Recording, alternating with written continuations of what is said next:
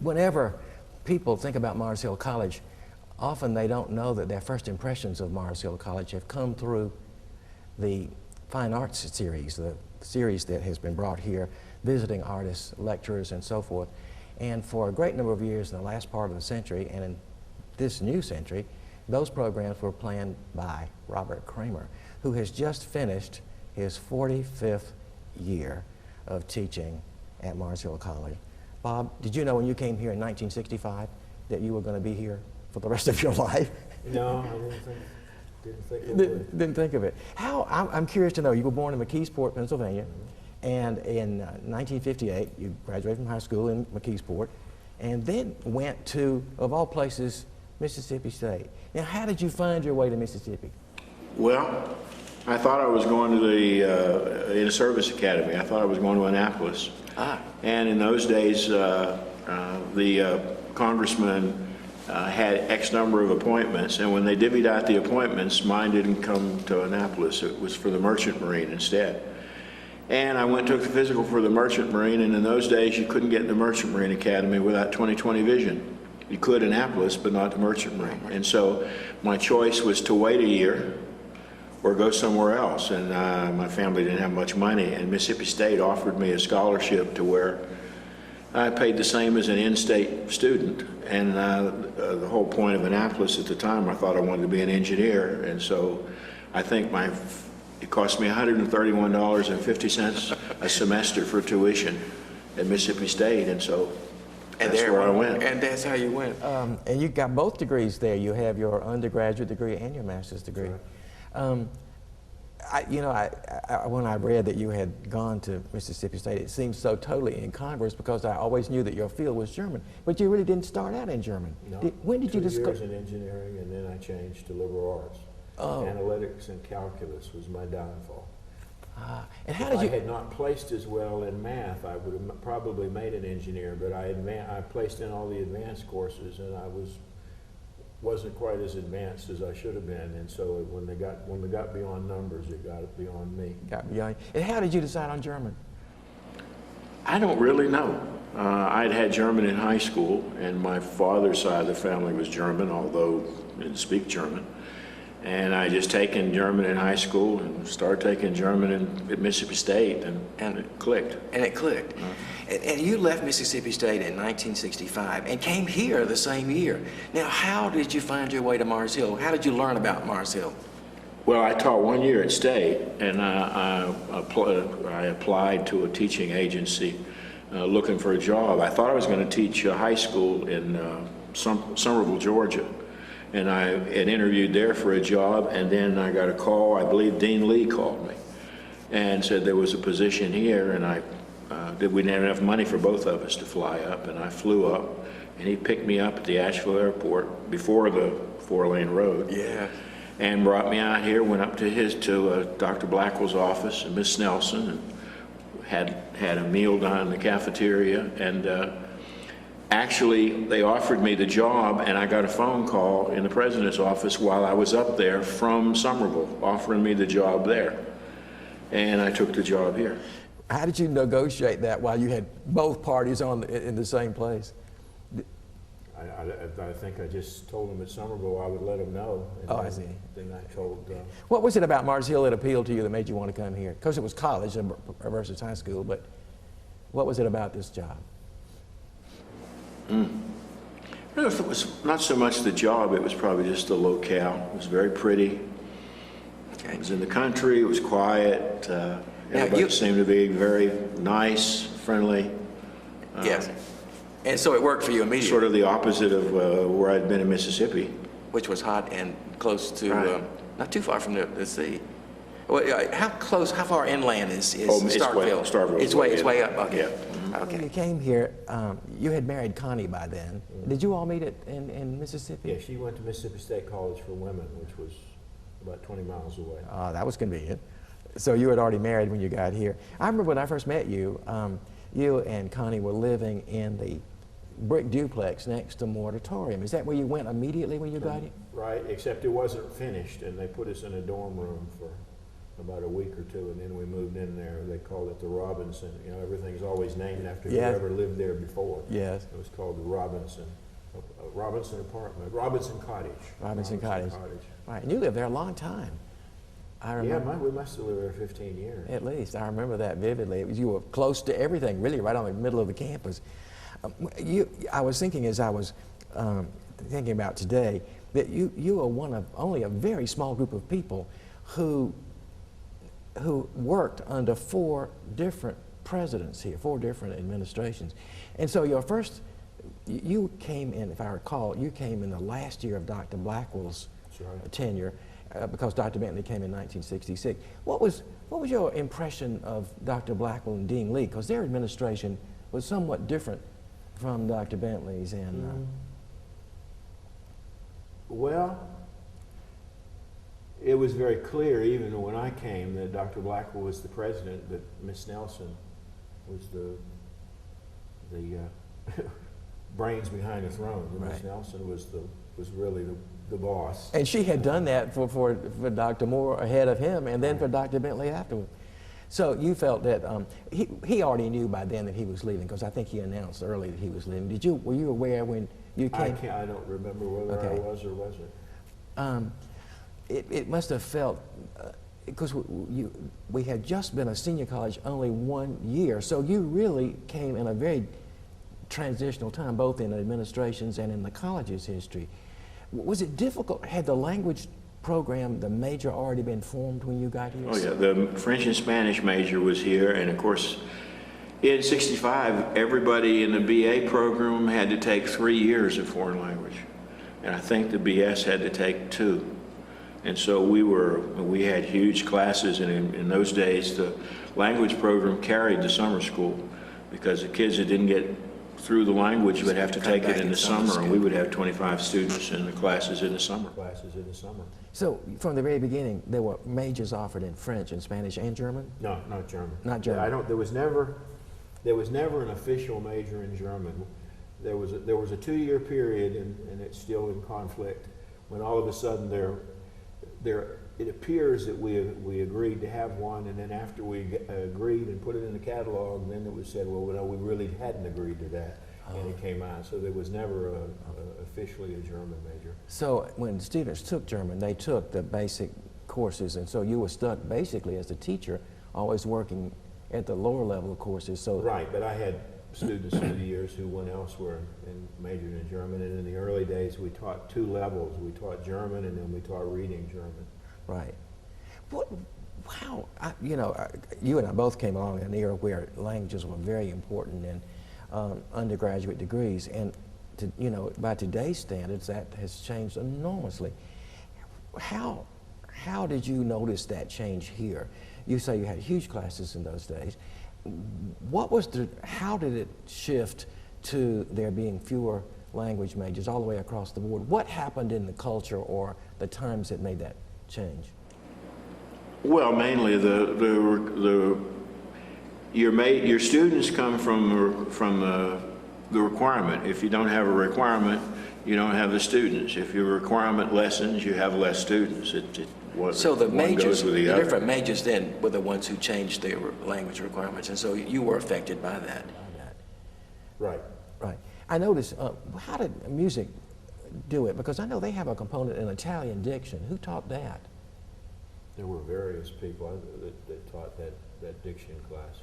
And there were people who had other language commitment. There was even a time or two when somebody in the language department did it. Okay. I knew that Italian had never been a major emphasis here, and I didn't know how that had been taught. It's funny, everybody, when I first came here, everybody referred to you, and people still refer to you as Herr Kramer. You were the definitive German professor, and everybody used that title. It's kind of an affectionate title, and I go places and people say, was Herr Kramer still there? And I always say, yes, he's still here. When did that title first happen? Oh, I guess from the very beginning. Yeah. I remember my kids thought my name was Herr. I mispronounced it. That's what the students That's what they always, Herr Kramer. They always called you that. When you you started your work in teaching in German. Were you also teaching general studies classes? What was that? No, not then. I was teaching 5 German classes a So semester. that you didn't have time for that. And 2 each term in the summer. Golly. As the requirements changed, did you take on other courses and other disciplines? I know you taught Yeah. photography later on. What other kinds of courses did you teach? Oh, there was a series of courses called Values that we taught that we used segments from films. There were so-called culture courses where we took a particular country and dealt with the government and the history and the art and so forth. They pretty much my conception of it is as the number of students in German decreased, the number of students in general studies increased.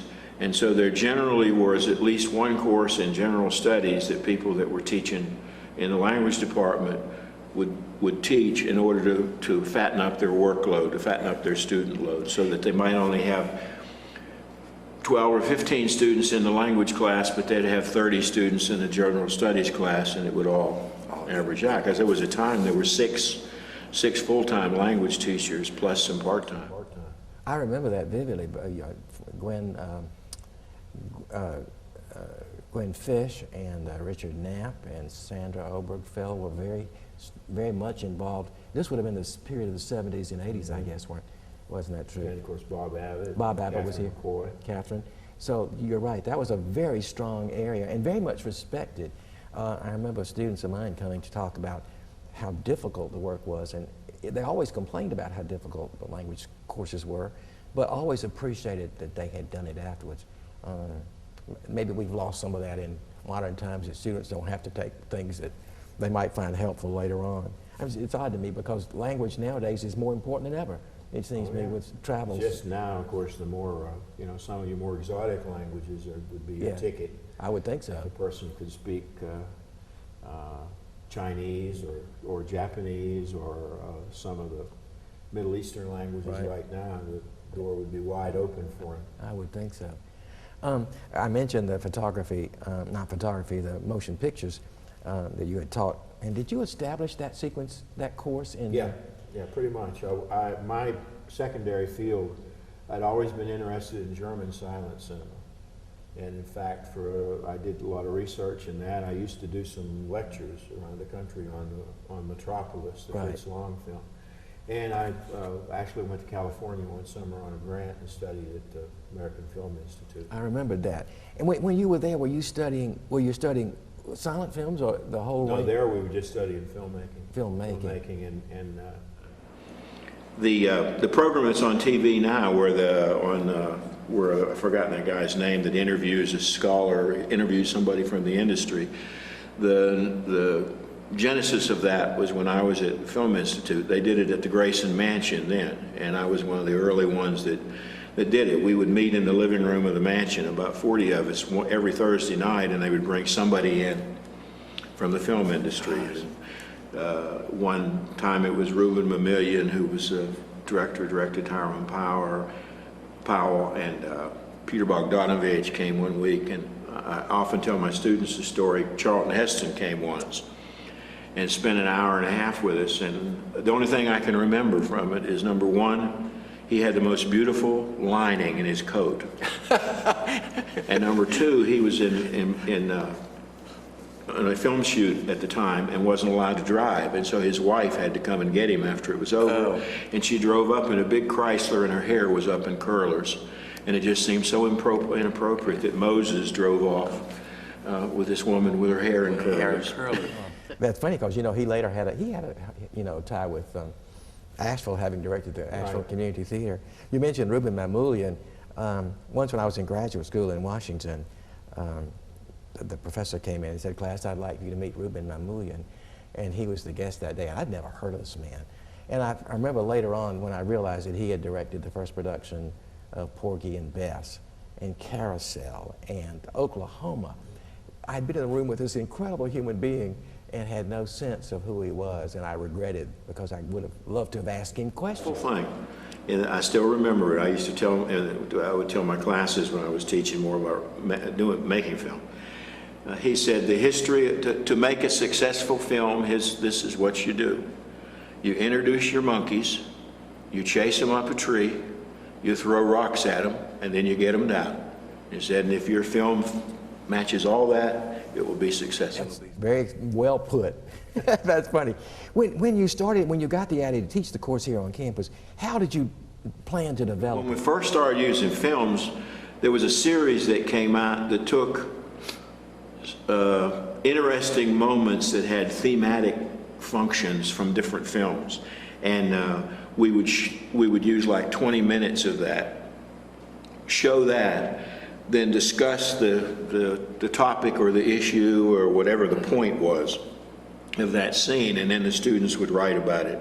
And there were either two or Dave Nisley and I were doing it, and there may have been another person, and we had 2 or 3 sections of it. And didn't George Peary become involved? And George Peary got involved. We changed it from that to where we would go to the Morris Theater once a week and actually see a movie up there and then meet in the classroom. Again, it was multiple section, but then each different teachers would meet with the students, would do something similar dealing with the whole movie and do a paper, and that of course evolved into the class I ended up doing probably for the last 15 years, where I did it thematically and chose a series of 8 or 10 films around a central theme. Those classes were always well attended, as I recall. Oh yeah, they're always full. And people love the idea of that because film is accessible to everybody. People enjoy it. I used to be so envious of you all being able to do that. So it's the one art form people aren't afraid to criticize. Even if somebody else said they loved it, somebody else can say it was terrible. And people won't do that with most art because it's been prejudged by somebody else, and they're afraid they'll show their ignorance if they say, oh, well, that's a Picasso. Oh, it's got to be a beautiful painting because it's a Picasso. And rather than saying, well, it doesn't look like much to me with the ears and the eyes all in different places. But film, people say an Academy Award winner's lousy. So it's okay, they can do that. What did you feel that brought to the campus, that course? Because it was unusual at the time. Well, academically, it gave the kids a chance to write, non-threatening. Because they had to write 10, 12 essays, and the essay was graded for grammar, but you didn't fail just because your grammar was bad. It was graded for ideas, that you come up with an idea and tried to argue it and prove it or debate it or whatever. And so it was an opportunity to write. And I liked it for the very reason I just said. Kids were willing to talk about films, and they might not talk about another subject. You could always get a discussion about films. About the film. Golly, how lucky you were to have had that. And you got a cross-pollination of campus. You didn't just get a segment of students, you got the whole range of students across campus. That's one of the things I've heard professors say over and over, that because their disciplines tended to be narrow, that they didn't get a cross-section of campus representing all majors. You were lucky to have had that. But if you had only students majoring who were interested in languages, for example, or doing studies in German, you wouldn't have gotten a very wide range necessary of students. Right, and the students who would sign up for it would be varied according to the theme.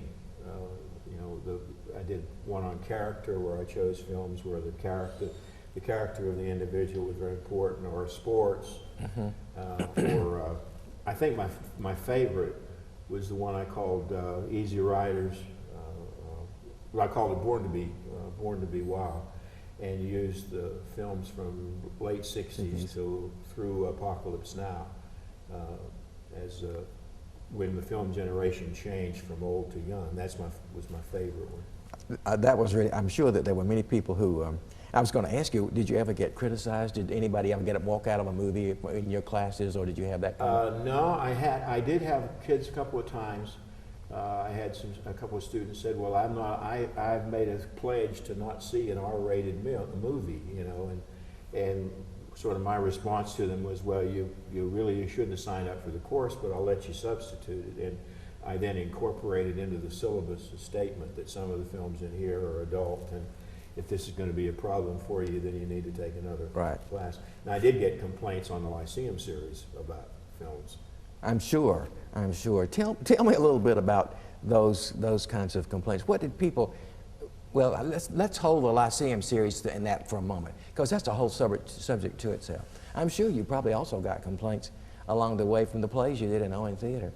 Or did you ever hear anybody talk about, I know Jim Thomas, for example, directed some plays early on that were very controversial. Did you happen to be in any of them? I would, not in his, but I was one of the students that was very controversial, and there was some mutterings about that. One of the students, student one acts, they did a play called Trevor. Yes, I remember. And Trevor had to do with two lesbians whose mama and dad were coming to visit, and they needed a boyfriend to legitimize it and to push the envelope even further, because this must have been early 80s or the 70s. It was the late they 70s. hired a black boy, a black guy to be the boyfriend, and I was one of the parents. The parents. One of the actresses in that show, Candy Olson, remember Candy? Oh, yeah. Told me, she said, you know, when I walk across campus, I've noticed that the response to me is very different. I said, well, Candy, you should take that as a compliment. People thought you really were what you were portraying in the play, and they took it, you know, as gospel. But now this doesn't really have to do with me, but it's, you know, Chris, my youngest son, is a priest, an Episcopal priest, and he has always had the acting bug, and whether it came from the fact that I had the acting bug or not, I don't know. But he was a priest at the church in Radford, and at the university there, they decided to do Best Little Whorehouse in Texas. And he wanted to be in the play, and he went and auditioned, and he was the sheriff. And he went and asked the warden and all the parishioners it would be okay if he was the sheriff, because they were doing it the way it was written, profanity and all. Right. And so he was the Burt Reynolds role in Best Little Whorehouse in Texas, and it was a student production. And so they really pushed the envelope. They went as far as they could go with it. And how was his congregation? Did they? They loved it. They loved it. They loved it. So they took that well. I was going to ask you, when you were in high school and college, did you do any theater work? No. How did you find your way into Owen Theater? Was that Jim Thomas asked me to run a spotlight during one of the shows before the upstairs was closed in. Yes, and that was it. That was the first one, and I think it may have been a funny thing happened on the way to the forum. I'm not sure, but I do remember somebody actually climbed in or out of the balcony in the show. But that was the first time I had ever even been in a theater. And so after you did that, do you remember the first play you did? No, I don't remember. I know the first one I did in the summer was Little Mary Sunshine.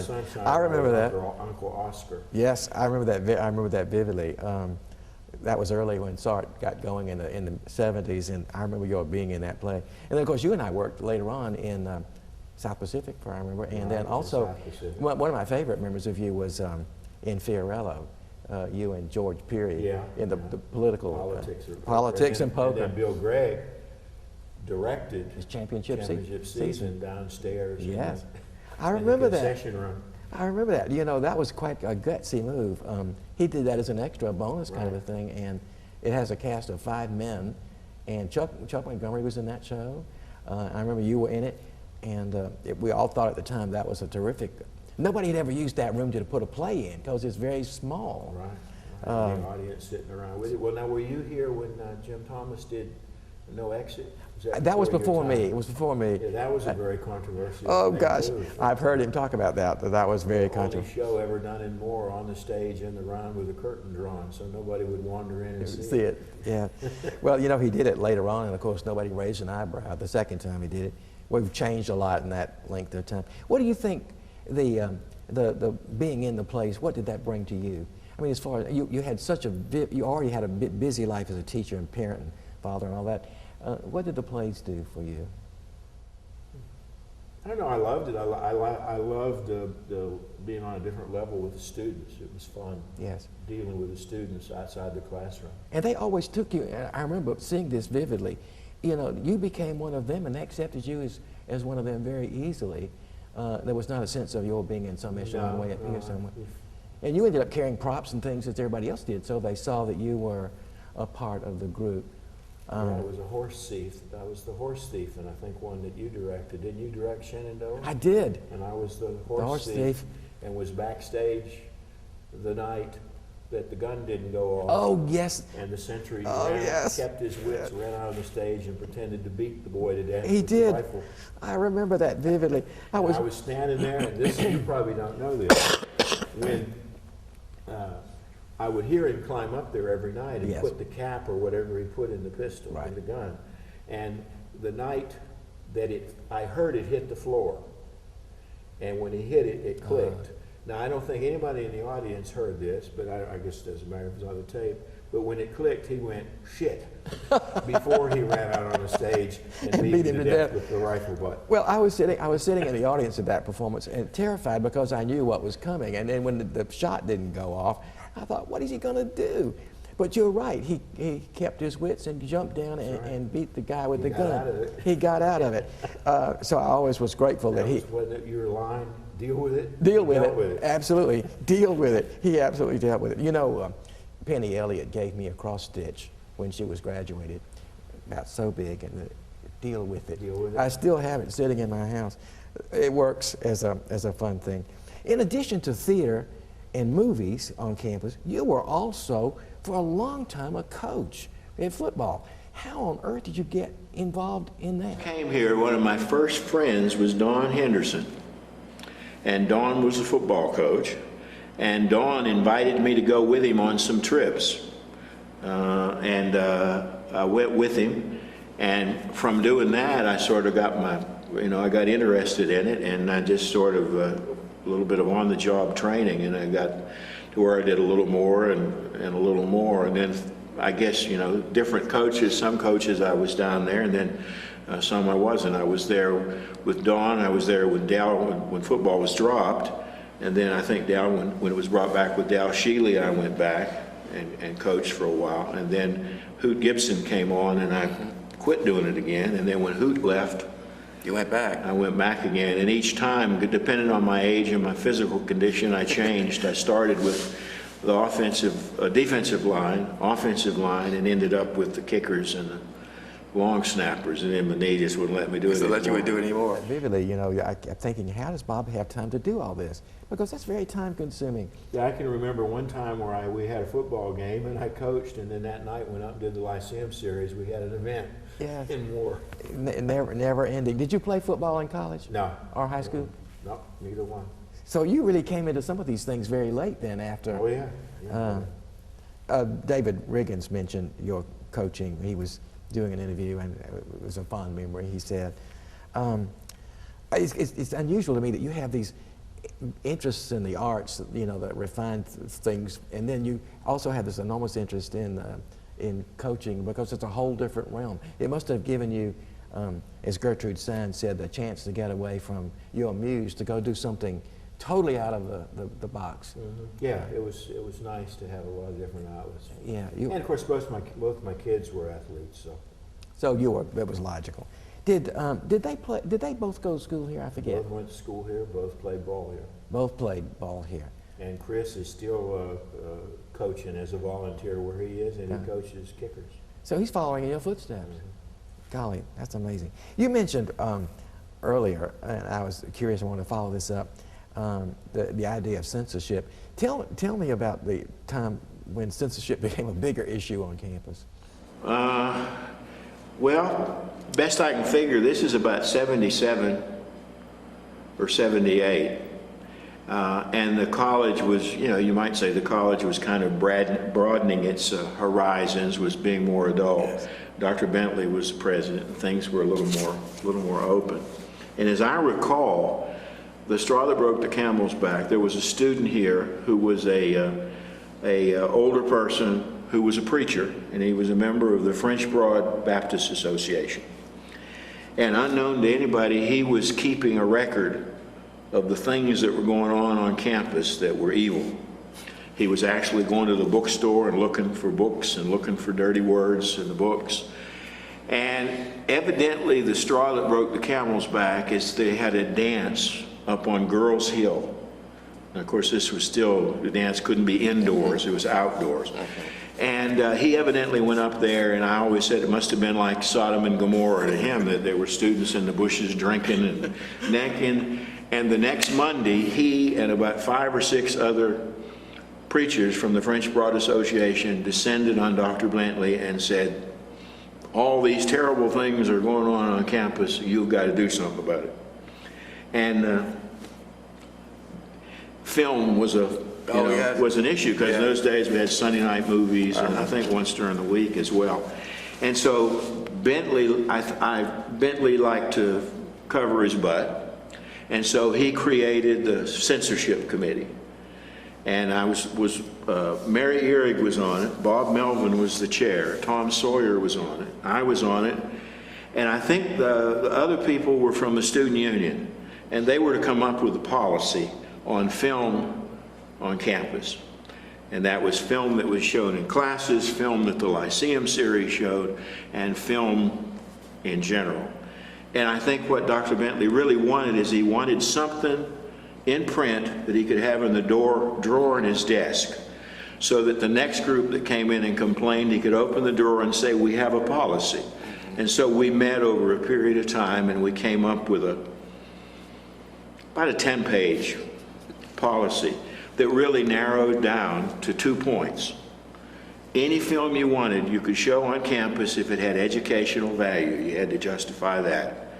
And secondly, if the film might be startling to any students, you would offer counseling sessions after you screened the movie. And so that was the policy, and so they agreed to show The Omen. That was the first film. And they had 3 counseling sessions set up after The Omen. And people went just to see if anybody would come. And so then I believe they showed The Omen 2, and nobody showed up for the counseling. So and that ended it. So it just sort of died. It died, but I asked Dr. Lunsford if he had it in the drawer, and he wasn't aware of it. And I discovered I actually have a copy. I have the policy from it's dated 1979. Oh, that's too funny.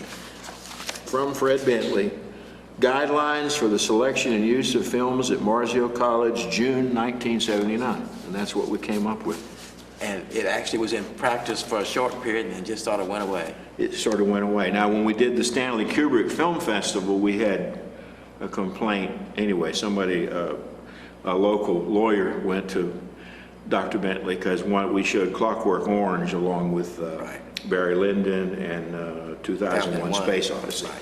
And they did stay for the whole film before they went and complained, but they did go and complain. There's no way that nobody told me when I was trained as a theater director that I would have to field complaints. It's almost no show I've done that I haven't gotten some sort of complaint from somebody. Even the simple shows, you think that nobody will object to this, and then somebody will call you with a complaint. Well, I think it was Pump Boys and Dinettes when we presented that. There was a radio booth and the DJ smoked, and I actually had received complaints about because of the smoking. Yeah. Times have changed, haven't they? Oh, they've changed a lot.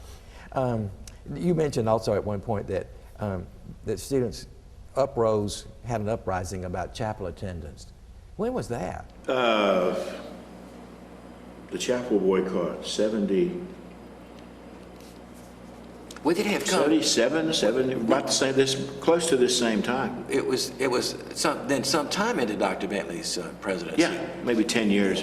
And then how did that happen? What Well, happened? this is what really happened.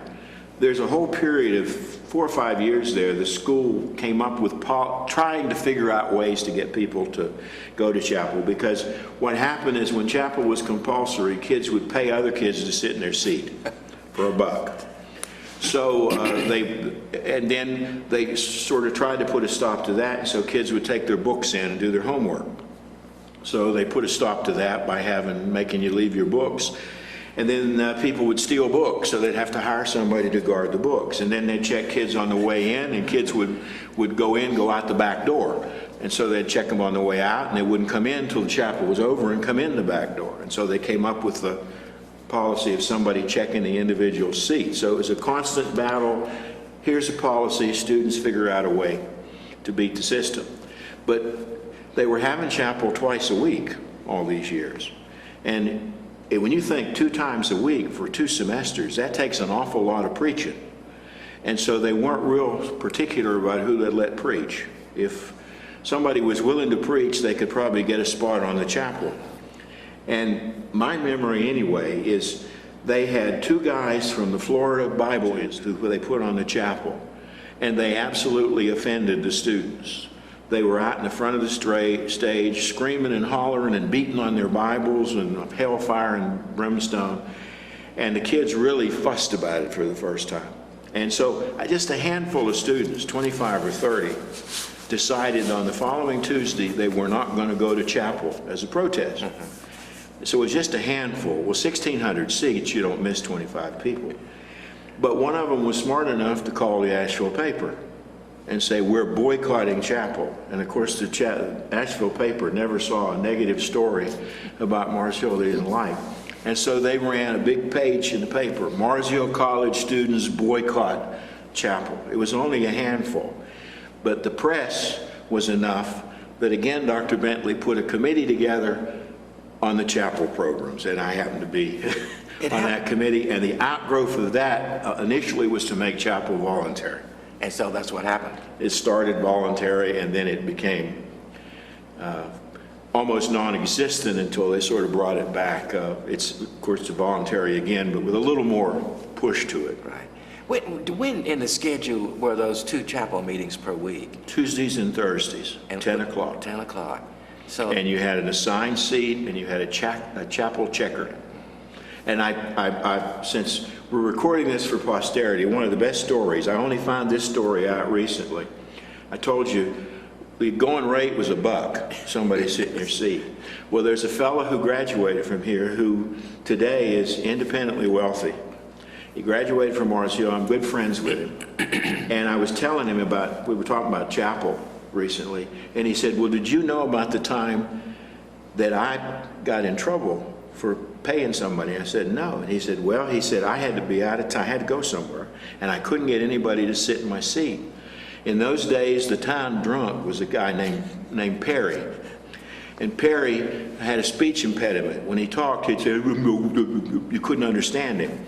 And so he told Perry, I'll give you $1 if you'll sit in my seat. Well, Perry was bad to bum cigarettes. If Perry had been quiet, it would have been all right. But he went down, sat in Larry's seat, and tried to bum cigarettes off the students around him, and the dean found out about it. And Larry got called into the dean's office and chastised severely for paying the town drunk to occupy his seat during chapel. I thought that was just a wonderful story, and I only found that out 2 or 3 years ago. that was Dean Lee, the dean at that Dean Lee was the dean. Yes, you could be sent home for missing chapel. Yeah, that was, I remember hearing those stories, and when I first came here to direct in 1968, the thing about dancing, you mentioned dancing was verboten, and they would have dances behind Moore Auditorium in that parking lot, and they would be folk dances or rhythmic movement, I think was a term that was used to avoid the term dance. And then somewhere along the way, all of that just died.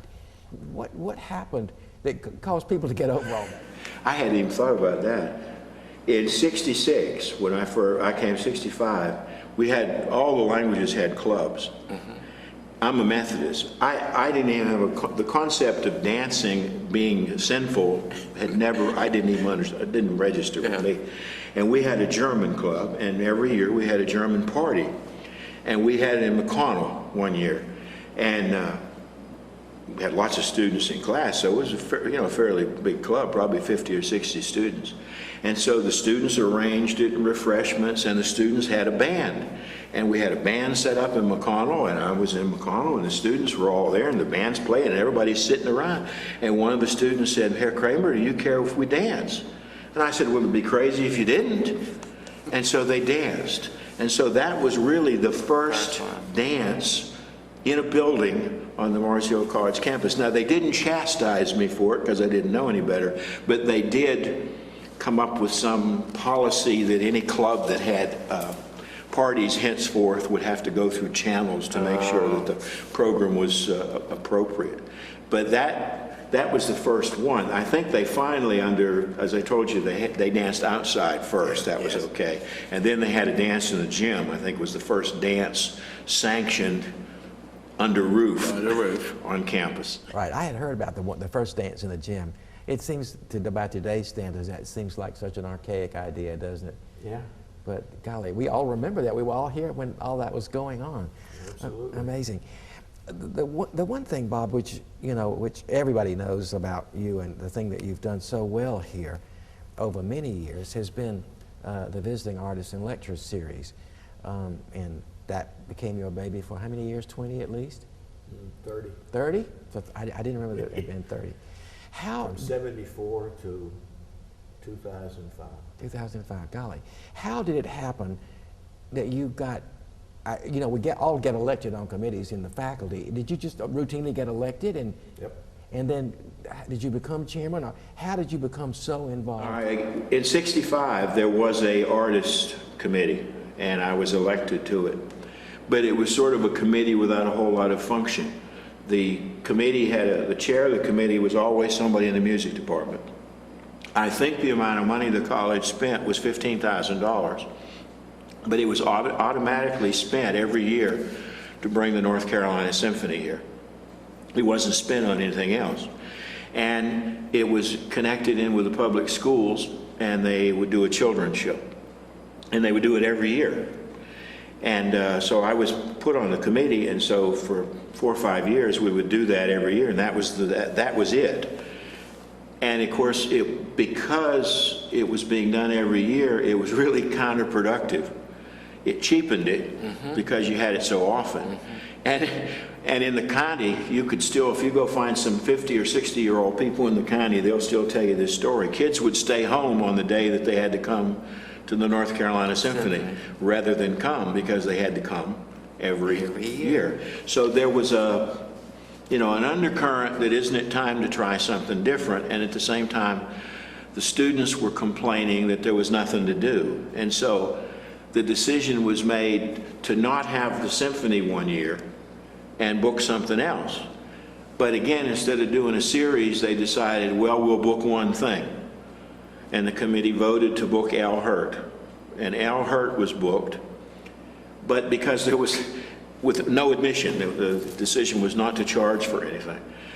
But because there was such a demand to see him, Moore wouldn't hold all the people, so they chose a place where the acoustics were horrible in order to have the concert for free. And so they had the Al Hurt concert in the gym.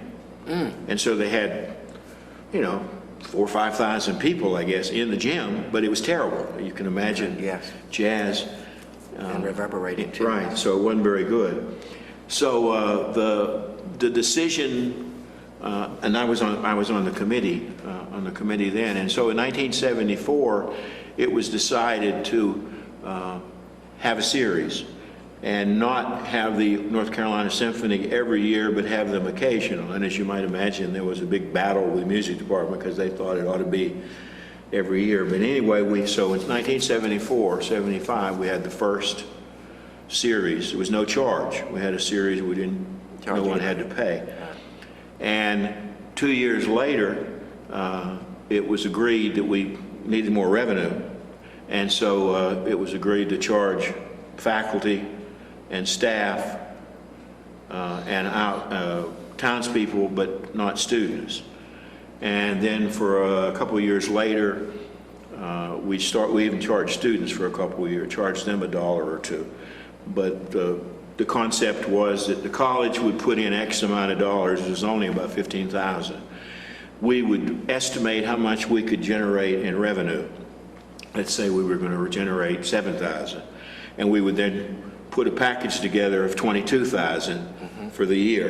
And if we didn't make the $22,000, the school would make up the difference. And so that's where the series concept came. Then we added grants and took the college $15,000, what we anticipated in revenue and the grants. And so we probably got up to where there were some years where we spent over $40,000. Where'd those on grants? The series. Where'd the grants Government, from the government. Oh, from the government. We got grants for dance and for symphonic music and things like I that. remember you were talking about the North Carolina Symphony. And my guess is, and this would have been before you got here even, that because Lamar Stringfield had been from Mars Hill and founded that symphony, that was probably one of the ties that kept bringing them here, don't you suppose? Probably, it probably was. That was, I remember in recent years, of course, we tried to get the symphony. You remember there was an attempt to get them for the Sesquicentennial, and of course there was no way we could afford to pay the price for the symphony at that point, because it's enormous to pay for a symphony orchestra. There was always a committee of faculty people serving in visiting artists and lecturers, but you became really, you became almost an entrepreneur in that, because you had to deal with the contracts. Yeah, I ended up doing everything. I remember this vividly, because I'd see you having to negotiate not only the contractual stuff, but also having to deal with the physical auditorium and the staff to get people in and out and so forth. And I'm sure, and I've heard you talk about this, that there were contracts that had all sorts of unusual demands that the college had to meet to get these people here. So that made it very, very tricky. It must have taken hours and hours of your time. It took a great deal of time. Now I started going to New York once a year, and I became friends with a number of the agents, and that made a great difference. I was personal friends with a number of the agents, and so they knew my limitations in terms of my facility and so forth, and so they were willing to work with me in terms of booking.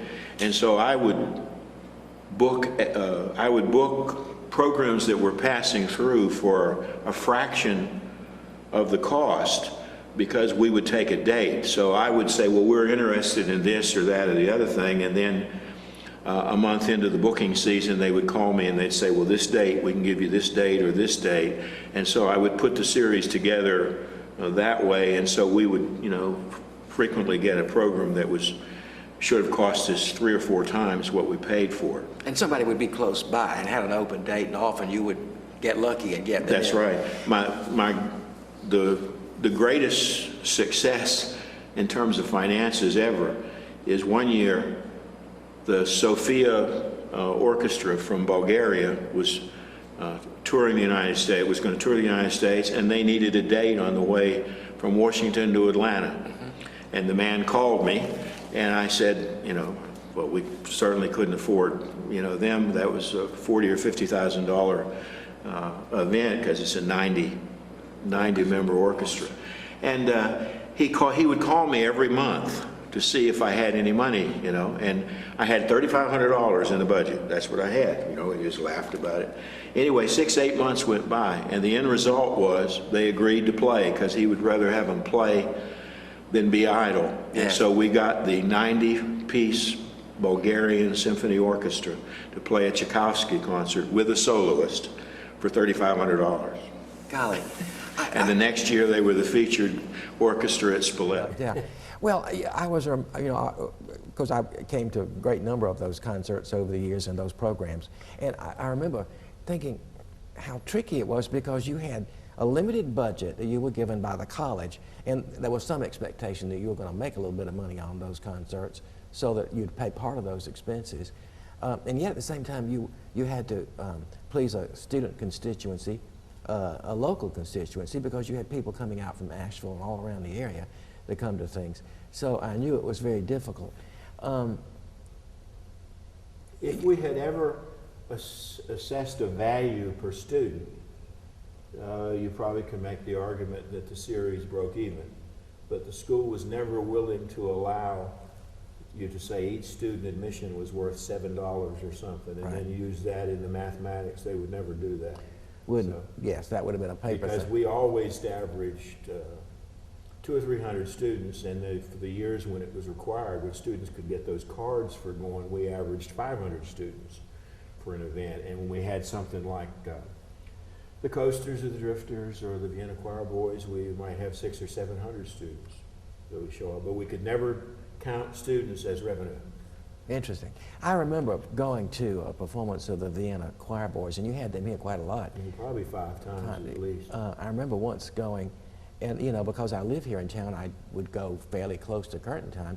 I got to Moore Auditorium, and the downstairs was packed, so I went upstairs, which is rare to even go upstairs, and my goodness, the balcony was filled up. I couldn't believe it.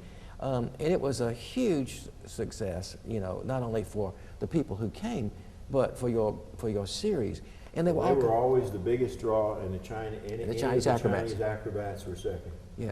Well, and the Chinese acrobats came here a lot too, I remember. Well, there were different ones. We had Different the Peking companies. acrobats That's right. twice, and the Chinese acrobats 2 or 3 times. There were a number of different companies. The Peking is the creme de la creme of They were those wonderful. companies. And, you know, I remember vividly seeing those several times, those companies, and amazed at the things that they could do. But, you know, I was also very much impressed over those years, and I'm sure you got flack from people about the things you brought, because I'm sure people kept saying, why don't you bring this and this and this? How did you handle those kinds of comments? Were you able to listen and say, okay, I'll try to work in something like that next Pretty time? much. We said we couldn't do everything every year, but we tried to do everything over a 4-year. Right. That in a 4-year span that we tried to cover all the arts. But there were wonderful ballet companies and theater companies and symphony orchestras and strange groups, you know, that would come and do shows that nobody knew about, things that nobody knew about. I remember hearing Chanticleer here the first time. Chanticleer 4 or 5 times. And they were exceptional. And of course, you know, everywhere you go, people know about that group. We even had several very big, we even had a couple of Broadway shows. We had Big River and Buddy. And Barnum was from here. New York. Yes, And Barnum. And Barnum. Yeah. I remember that. I remember when you had Ricky Nelson. Was that the students? That was a student thing. But of course, that was the one that got complaints about, because the comedian beforehand told some blue humor, and That didn't work. they got chastised for that. How was there ever a conflict in the Visiting Artists and Lecturers series with the things that the students had? Students had programs going on down in the Timberline and over later on in McConnell. How did their monies, because I know they gave money when they tuitioned for some of these, how did that work? Were those series paid for by the student union? Well, the students actually, again, we go back to the 70s, when they decided to have a series, they charged the students a fee. And that fee was supposed to be divided between the Visiting Artists and Lecturers and the student union. Then each would do their own series. And then usually there was probably a period of about 8 or 10 years when there was one event every year that was co-sponsored by both the union and the Lyceum Series together. So the money that the students paid went to both of those events, your series and to the events. Right. Down. And very interesting, the students could carry their money over to the next year, but the Lyceum Series couldn't. Why was that? Who knows? It was one of those, that was just the way it was. One of those things. In other words, you had to spend your money up while you had it, but there was no way to carry it over. Of all those visiting artists and programs you brought here in the 30 years, I know that you mentioned a few that were top successes. Which ones were personally special to you? Lionel Hampton. Yes. Because Lionel Hampton was in very bad health, and I met him backstage, and he looked like he would make it through the concert. And when the lights came up and he walked out on stage, he got 25 years younger. Yeah. I remember that one in particular. The Camelot that we brought in a company that did Camelot, and Buddy was particularly great. Cotton Patch Gospel with the original lead in it was a sensational. I remember there was flack. I remember there was flack about that show because there were a lot of local people who felt that it was not appropriate. Lots of great dance companies through the years that we had. The companies from Atlanta were outstanding. There's the story I wanted to tell you about the Atlanta company. 6-8 years ago, I was somewhere and somebody said to me, "You're Marcio?" I said, "Yeah." She said, "Well, I want to congratulate you on being open enough to have topless dancing on your Lyceum series." I said, "What?" She said, "Yes." Said, "I was there and you had topless dancers, and I think that is great that you were brave enough to do that." And I said, "Well, I don't know where I was, but I can't imagine I'm still there if I had topless dancers." But I didn't know what to think of it. And it wasn't 2 months later, somebody else told me the very same thing. So I was at a loss. Well, I was in Atlanta, and I was talking to the artistic director of the Atlanta Ballet, and I told him the story. He said, "Oh," he said, "I know what that's about." He said, "I was at Mars Hill with the Atlanta Contemporary Dance Company, and we had a particular number where the girls wore flesh-colored leotards under their black leotards. And in a particular number, the movements were to take the top of the black leotards off and stretch them in different directions in the course of the dance. So those people that thought they saw topless dancers had bad eyesight. And they will go to their grave convinced they saw topless dancers on our Lyceum That's a series. reputation you didn't deserve. We've had all the service bands. I think the Marine Band was Yes. probably my favorite, but we've had the Army Band Chorus, and so forth. The Sophia Symphony that I mentioned was particularly great. I remember a production you had of Porgy and Bess, and you had the acting company from New York. Yeah, we had the acting company John a couple Houseman's of company. times. And the company, the National Players, which was from Catholic University. They had been my alma We've mater. had Tucson Boys Choir, Norman Luboff Choir, Vienna Boys Choir, Serendipity Singers, Albert McNeil Jubilee Singers. That was one of the great concerts too, was the Jubilee Singers. Did you bring Doc Severinsen, or was that somebody? That was a homecoming Homecoming. concert. And we had Crescent. Yes, I the noticed mighty- on TV last night. Crescent actually had in his contract that we could hide his check, and if he couldn't find it, he wouldn't get it.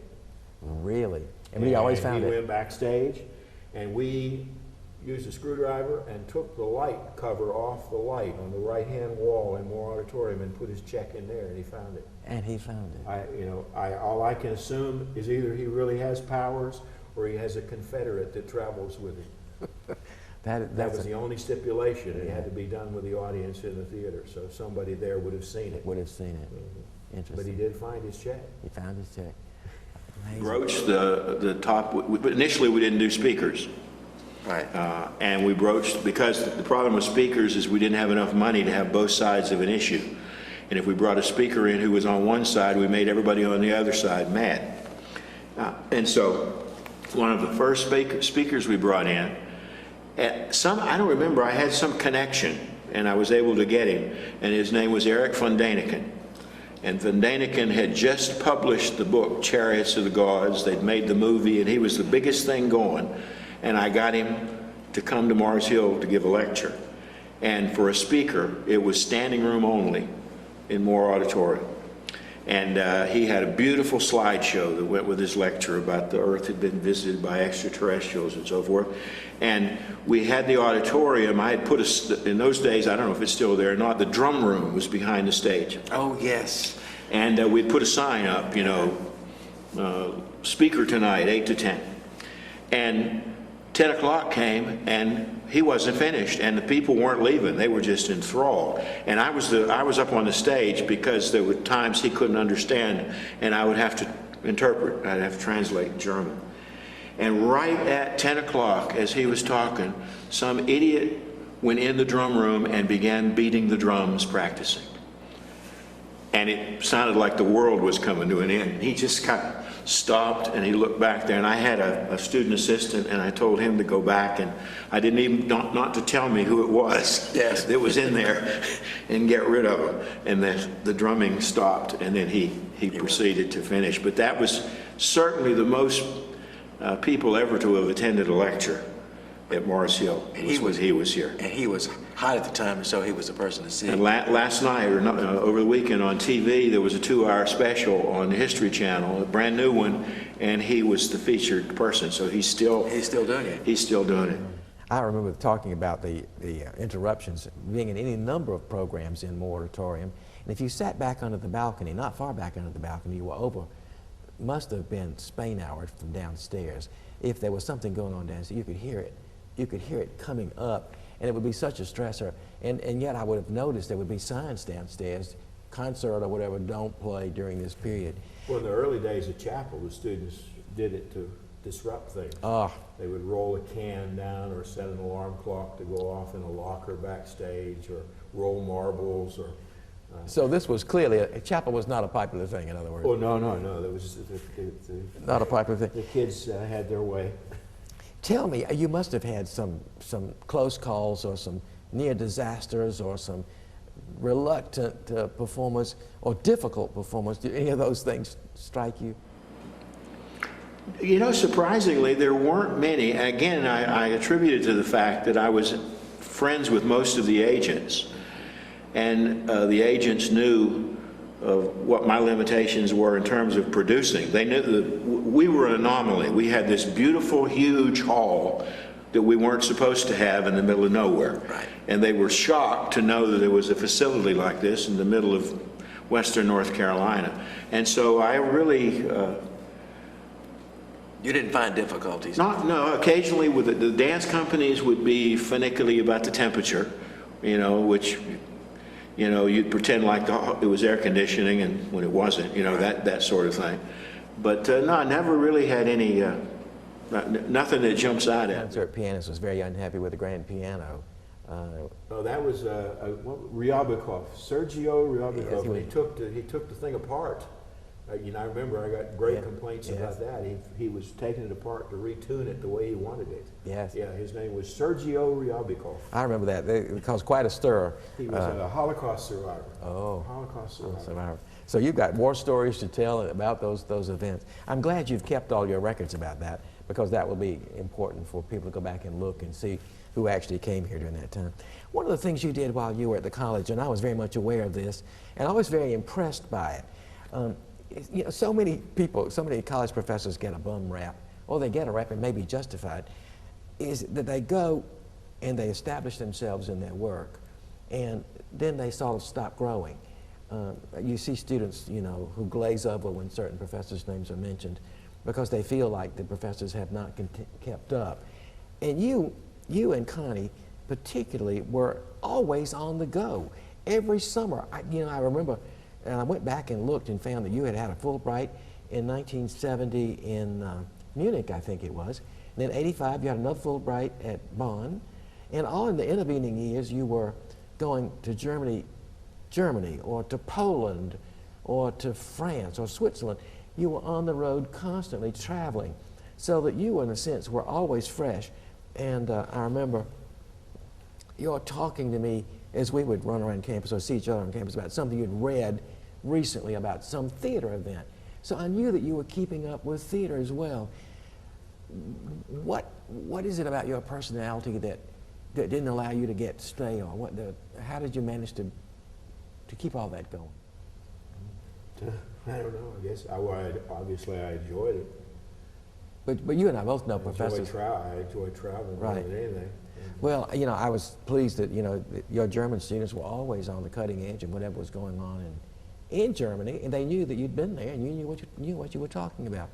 And another thing I think that a lot of people don't realize that you did here on campus, which changed the lives of a lot of people, was to begin the cruise tours down to the Caribbean. I may have been on the first one that you did back in 2005. Mm-hmm. You took a group down to Cozumel and the Grand Cayman and where else? Key West. Key West, that's it. I know you and Connie had taken the tour and liked it a lot. How did you get the idea that it might be fun to lead a tour? Yeah, it was just a sort of an extension.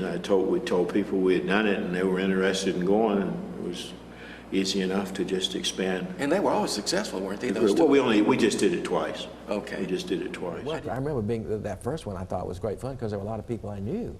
You had a great contingent of Mars Hill people on there. Quite a large crowd. When I first came to Mars Hill, Betty Jolly and I did it too and took students to Europe. In fact, I was looking, you know, as I'm moving things out of my office, I found all these old slides, and lo and behold, I found a slide of the back of the bus. I'm sure we were in East Berlin, of Betty Jolly in the back of the bus. And I had told the story at her dinner, the cuckoo clock story. No, I don't know that story. Tell me that story. Betty, dear Betty, when we went to Europe, we were going for 3 weeks, and she wanted to get a cuckoo clock. And rather than wait and get it the last week, she bought it the first day, which meant she had to drag it with her. So she had this big wrapped cuckoo clock. And we went to East Germany, and we went in the wrong way. We went in from the south rather than from Berlin. And we were, in those days in Berlin, or in East Germany, they had police every 20 miles or so that would check your papers. And we got checked every so often, and our papers were wrong. But no one had ever told them what to do when they found somebody with papers that were wrong, so they'd tell us the papers were wrong, and they would send us on. And in those days, they checked on the bus for paper and newspaper and, you know, to make sure you didn't have too much money and all those kind of things. And Betty didn't speak any German, and she would always sit in the back. I'd sit in the front, she would sit in the back. And Betty was one of those people who, if they didn't speak the foreign language, she thought somehow that if you spoke English loudly, they would understand you. Yeah. And so the policeman was going down the bus to the back, and there she was sitting with this big thing in her lap, wrapped. And he said in German, "Was ist das?" And she looked at him, and she said, "Cuckoo clock!" And he jumped, and he made her totally disassemble the package. And I don't know if the cuckoo clock ever worked or not. But this picture, when I saw that picture, there she was in the back of the bus, you know, and it might have even been right at that same time, you know, and I told that story before, and there was a picture of her back there, and it was great. You and she also got caught in another odd place. You were both in Tiananmen Square in 1989. Yep. Tell Betty got on the me about that. rickshaw to go to the hotel. They said they wanted to take her to the hotel, and know where it's at and so forth. And the rickshaw driver took off going the wrong way, and John Crawford had to chase him down. God knows where they were going to take Betty. Oh my! But she wasn't headed to the hotel. That was a very scary time, because we know what was going on in China at the time. Did you have any fear for your personal safety during that period? I don't really think so. It was more confusing than that. We had been there, I've forgotten how, 10 days, whatever it was, and it happened like 2 days before we were to get out. We were delayed 1 day. I remember all of us here in Mars Hill were very antsy about this, because the word we were getting, you know, about the events going on there were pretty dire. And the question was, well, can they get out? And I remember, of course, I remember you and Jim Lindbergh was there, and there were a large group of folks that we all knew very well. And Harley, you know, I remember vividly was very concerned about that, about Betty's safety. And of course, I'm glad it worked out that you all got home pretty much on time, except for the 1 day delay. That was not bad. Betty and I also had the first co-ed rooms in Mars Hill College history on one of those trips. We were in Leipzig, and I think they sold our rooms to somebody else for more money, and they put us in the back in what they call bungalows. And they were 2 3-room bungalows. And one of them was on a sewage, right next to a sewage ditch, and it was unusable. And so I had to make an executive decision. It was planned to have boys in one, girls in the other. And so I said, well, we'll all be in the same 3 rooms. So all the students congregated in the same 3 bedrooms. And we had bunk beds. And everybody got finally settled down for the night. Now, I don't know how this came about, but I was in the bottom bed and Betty was in the bunk bed above me. And they sagged. Oh, goodness. And Betty got up in the bed, and the bed sagged down, and we had the room reasonably quiet, and Betty hollered out, "Watch out, Kramer, I'm turning over." And it was probably 5 minutes till the students Stop laughing. stopped laughing. Oh, But I always said that was when Mars Hill had its first co-ed dorm. It's first kind. That's too funny. I was very much interested in you were talking about earlier, your own story here. You and Connie raised 2 wonderful sons here. Did the boys growing up here, were they comfortable growing up in this environment? Clearly that was what they knew. Did they enjoy their time here? Seemingly they did. You know, we lived in the house right there on campus. The boys we played ball right out there under that big tree in front of Moore Auditorium, and then we went over in the quadrangle and played over there. Right. You know, Keith thought he was going to major in biology and was going to coach, and at the end of his sophomore year, he decided to want to be a doctor. And Chris was majoring in international business, and he was selling insurance and decided he wanted to be a preacher. And you must be very proud of them, because they both have had very distinguished careers as young men. I've kept up with both of them sort of over the years, and I followed Chris. Chris ended up at Oxford and was there. How many years was he living in England? He had a church in London for 7 years, and then he moved to Radford, and now he's at church in Mount Vernon, Virginia. He's a rector there. Still not too far away from you then. And tell me where Keith is. Keith is in Kingsport. He's a partner in the Hart Center in Kingsport. So he's closer by to get to you. And does Connie still sing in Trillium? She still sings in Trillium, and now she paints. I knew that. In fact, I'd seen. Did she paint a barn that got on? The series of pictures of barns that they have over here in the administration building. Yes. That was her baby. She started painting with a group of artists at the Methodist Church, and they named themselves the Church Mouse Painters. And they've started painting, and they sell cards, and they did a project like they did here at Mars Hill for Junaluska as well, of paintings over at Junaluska. I saw the painting. And then they've done one on the barns of Madison County, and I think they may be talking about doing one on the churches in Madison County as well. That's a great idea. I saw the barn pictures, and I thought they were delightful, and I also saw some of the cards that came from those paintings. One of the things that I thought was charming and very lucky for you and Connie both, and the boys, was that when your father retired, your parents moved to Mars Hill. And I was lucky because I was one of the people who got to know them well. I'd see them often at the theater, and we'd had great times talking. How did they take to, of course they'd been here before, but how did they take to living here? Well, they loved it. They loved the small town. I tell the story, my dad was never one to do anything impulsively. And he was working, he was a fireman to start with, then they moved to Washington, and he became a security policeman in Washington. And he was ready to retire, and he said he was interested in finding someplace down here. My dad always thought about doing things. And so I was on the market looking for him.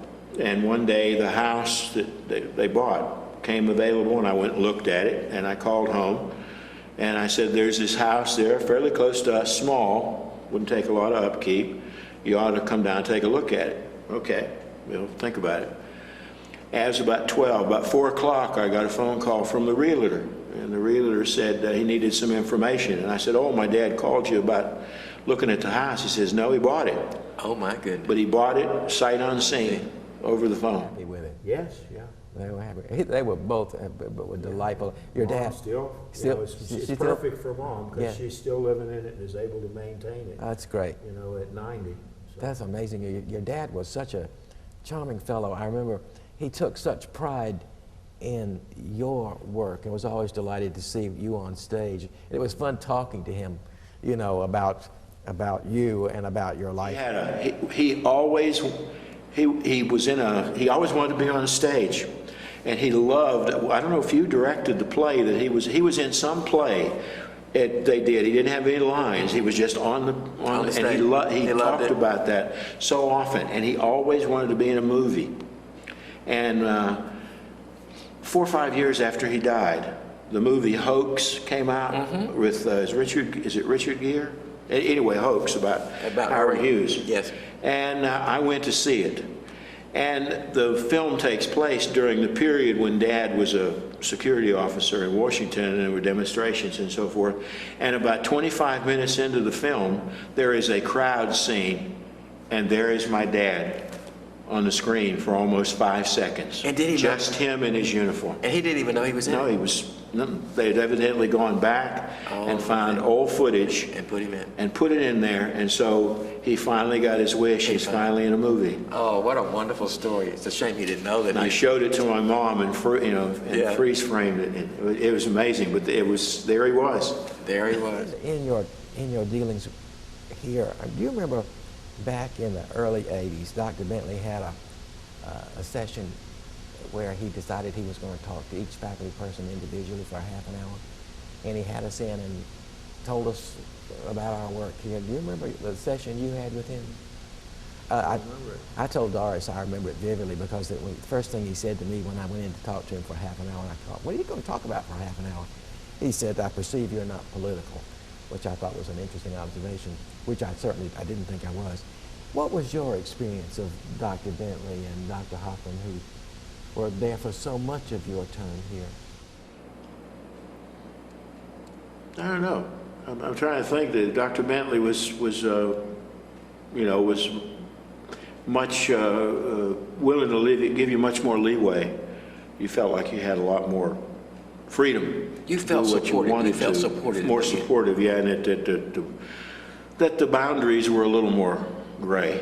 Yes. Of course, he was not that much older than me. I was down there the famous day when he jumped the high jump. Oh, you saw that? On the field. Oh, yeah. I heard that story. Tell me came about out. that story. I'm trying to remember, sometimes I helped judge. I think I helped run some of the running events. And I think they had just finished whatever the high was, the last jumper. And he simply came down out of the stands in his Rogan shoes, took his coat off and handed it to somebody and went over where the bar was set that somebody had just won, got up, dusted himself off, put his coat back on, and went back up in the stands. Yeah, I bet the athletes were totally Everybody stunned. just stood there with their mouths hung open. Story several times. Was it triggered by anything, or was it just a I spontaneous? have no idea what caused him to. No one knows this story. Again, it just came to me, and having to do with Reverend Falwell. We played Liberty Baptist one year down there on the field. And I think that year maybe Gibson was coaching because I was carrying a chain then, and so I was on the chain. And Falwell flew in to Asheville, and I don't know how he got out here, whether they helicoptered him out or anyway, and he came out and he was on the sideline. He was standing right on the sideline, walking right where I was with the chain. And the officials made a terrible bad call against Liberty Baptist. And the official came over, and Dr. Fowle, he had his coat and everything on, and he looked at the official and just as smoothly said to the official, "Are you a Mars Hill alumni?" And it was the most beautiful cut I had ever seen in my life. He got the message across. He got the message across very well. very quickly. Who won that day? Do you remember? I think we did. I believe we did. Jerry Falwell had been here. I had not ever heard. When we played it here. I had not ever heard that Walked story. the sideline. Golly. Well, it's an interesting time. If you were to talk about Dick Hoffman, to tell somebody about your experience of him, what do you remember about him? He was always busy. He was always going. He was always on the move. He was always on the way somewhere. That's right. He was. That's a very good way to put it. Was he supportive of what you did in your work? Do you recall? I felt that too. I felt enormously supportive. Did you buy into his concepts of servant learning and those kinds of things? Were you already doing that essentially? It always seemed to me that there were people who might have been a little reluctant to accept some of those ideas he had, but who really liked him and went along because they liked him. It made sense. He made sense to me. Very, very good sense. How was it that when Dr. Bentley phased out of the job after 30 years, and you were still here, 31 years for you, and then Dr. Lennon came? What was the change? How was the change for faculty at that time in the college? What did you notice as a change during the Lennon years? Because he would have been here 6 years, I believe. Well, I was very, be honest, I was very suspicious of his grandiose plans. I didn't think it was a good idea for the school, and I think I've been proven. I think I'm proven correctly. I don't think it was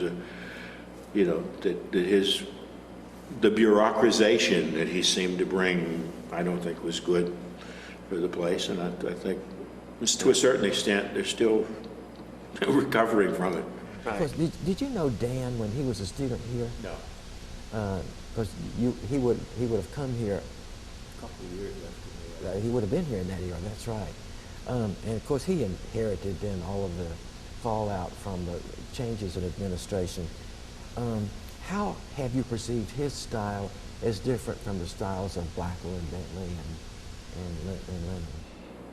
I don't feel like he's very much hands-on. I feel he delegates to.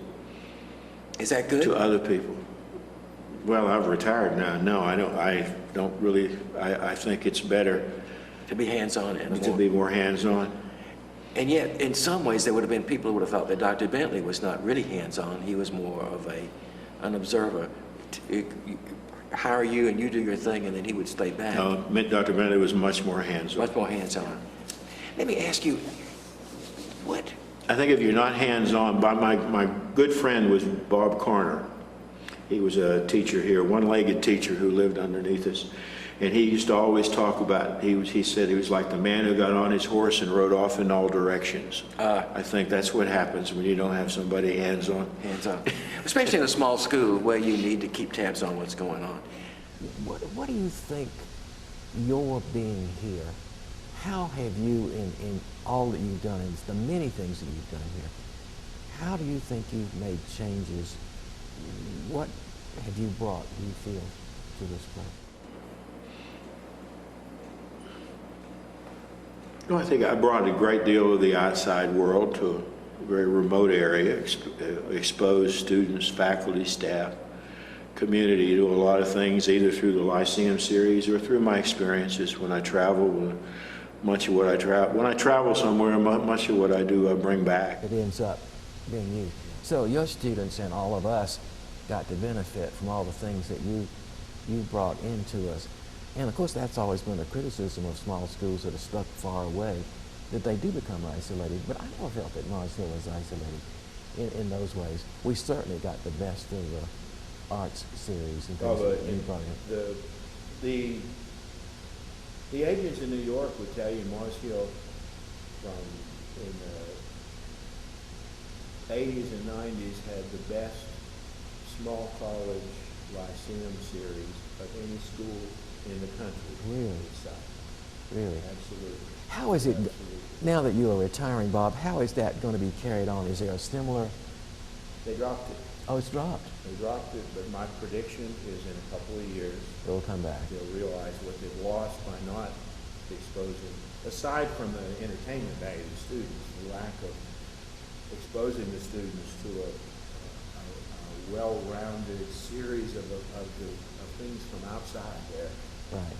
They'll bring it back, but when they bring it back, it will be like rediscovering the wheel.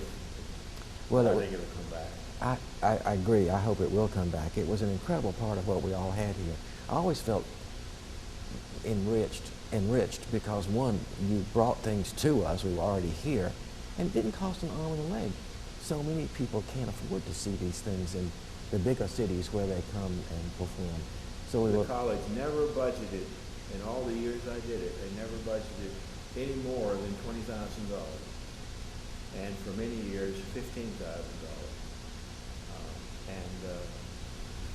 Over a period of 35 years, and they had an average of 6 events a year for 35 years. So they had over 200 events. Golly, amazing. And we're not, and we're talking about quality. But yeah, I mean, some of the stuff we had was not so much, but you had to fill out sometimes. Right. But there was another thing you did, and I wanted to mention this because I'm not sure that people are aware of this. I was very much impressed with something you did within the framework of the Visiting Lectures series. You created a smaller series, Culture Fest. The Culture Fest, I remember was the name. And in fact, I wrote a couple of shows that you produced in Culture Fest. A show called Operetta a la carte, and then a show about Stephen Foster, a one-person show. We did a series called Mondays for a few years too. Yes, those smaller series, I thought they worked very well because you designed them for a smaller audience, a smaller venue for the most part. They were not always done. Two of mine were done in Owen, and there were some done on the stage in Moore, but everybody was up on the stage as opposed to using the big auditorium. I thought those were extremely effective. They gave an opportunity to many people to do something in the way of performance that they could not have done in the bigger series. I hate that it does not continue in some way, because I thought that was very worthwhile. That's what I was saying when Dr. Lunsford first took over, and he was of the opinion that the Lyceum series generated enough money to pay for itself through all these years. And so I think initially he looked at it, well, to pay for itself, and then he discovered that it didn't pay for itself. But I think he probably missed the forest for the trees. If he had looked at it in this respect, and that's take how much the college budgeted and take how much we generated and spent, there's probably not another school in the country that if you said to them, for $40,000 a year, you can have a Lyceum series of 6 events every year to cover all the various branches of the arts that will be on a world-class caliber with companies that perform regularly in New York. There's not a school in the country that wouldn't jump at that. Yes. That's peanuts for that amount of money. Yeah. Well, as I say, and you point out, we lucked out because you had these relationships with all these incredible agents, Alka Heston, people that were producers. I suspect that somebody like Maya Angelou probably commands almost $40,000 herself. I don't know. I don't know what I would guess. Yeah, I don't know what the college Hard to paid. say, but Right. they may have gotten some kind of a break because of knowing her. Knowing her, but you're right. It was not an inexpensive evening. How do you think your 45 years here have changed you? Oh.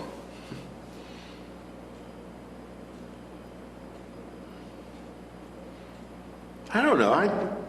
It's hard for me to believe I've been here that long. I don't feel much different than I did when I first came. I have the same interest. I still love football. I still love the arts. I still love theater. So you know, if I could coach, I'd coach still. If I could be in a play, I'd be in a play still. Right. If I could do a Lyceum series, I'd do a Lyceum still. And if I could teach German, I'd teach German still. Reality for 45 years has not lessened you. It's all you have managed to maintain your interest in all the things. Because many teachers, when they stop teaching, don't want to have anything else to do with any of the things that they were involved in. But I don't hear you saying that. You still have the interest that you had during all those years of teaching. Oh, yeah. I would tend to, probably do the same things. I've thought about, checking at AB Tech or UNCA about teaching a course or so, just to keep busy. I bet you'd get some takers real quick if they knew you were available. Hope so, in any case. People talk all the time, Bob, about there being something special in Mars Hill that has some special quality. I hear it from students, I hear it from faculty. What do you think there is about this place that makes it what it is?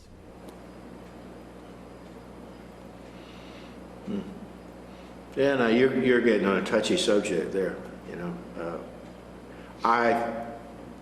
Just let me say, I do not think, to be perfectly honest, that Mars Hill is the way it was. I think Mars Hill has changed rather drastically in the last 7 or 8 years. And this is and I do not think that the feeling of place that you're talking about, I don't think exists to the extent it once did. I think the feeling that you're talking about and that I remember and think of most fondly was the years when a great many of the faculty lived here, a great many of the administrators lived here. There was a sense of community among all these people. And now it's a much colder environment. There's not that many people that you run into in your daily work that you're going to run to in the evenings, at events and so forth, because they don't live here anymore. They come out in the morning, they teach their classes, and they go home, they come out in the morning, they do their administrative specialties, and they go home. And that aspect of the community, you know, I think is gone. It can't be helped, but I don't think it's really here anymore. That's disappointing to hear. Of course, that's just my opinion. No, no. Somebody else may tell you something altogether No, different, but that's the way I feel. Right, now I think that many people probably feel the same way you do, that times have changed, and as people have not stayed in the community. You know, I think about it when I go to the theater, when I go either to student plays or SART or anything in Owen, that the only familiar faces are the retired faculty. Yeah. Well, it's true. I go. I experience the same thing as you. I go and, you know, I see all the productions here, and often I will go and not recognize very many people, and I find that strange. So many of the audiences who come now for plays come from far away places. You know, they've heard about SART and they've heard about the program, but often they don't come from here. Because if you taught all day and you go home, you don't necessarily, you don't want to come back. And that's, of course, that's just a matter of geography. It in is. the old days, everybody was here. Everybody was You here. remember in the old, when some went on more, even if you didn't like it, you went. You win, and now we don't have that. Well, let's hope that that whole idea of what we enjoyed earlier hasn't gone away forever. If you were to leave behind some advice for people who follow you after your 45 years here, what would you tell a successor? Enjoy it while you're doing it. Enjoy it while you're doing it. Enjoy it while you're doing it. It's been a great advice. pleasure. I think sometimes we see each other as faculty people. You and I have known each other forever. We see each other all the time, and we don't always get the chance to acknowledge the importance of what we think about people. You have left an incredible legacy here, and I think people probably have not told you that enough, but the work that you did here in the visiting artists and lecturers alone has affected so many people. And I hope you feel good about that. I appreciate you saying that. Yes. And I've appreciated the interview. It's probably cathartic to say some of these things. And I've thought about some things in the course of the interview that I hadn't thought about. Good for me and good for you too. Well, we both had great careers here. With all the problems we've had many of them, and I thank you, Bob, very, very much. Thank you. Great, thank you.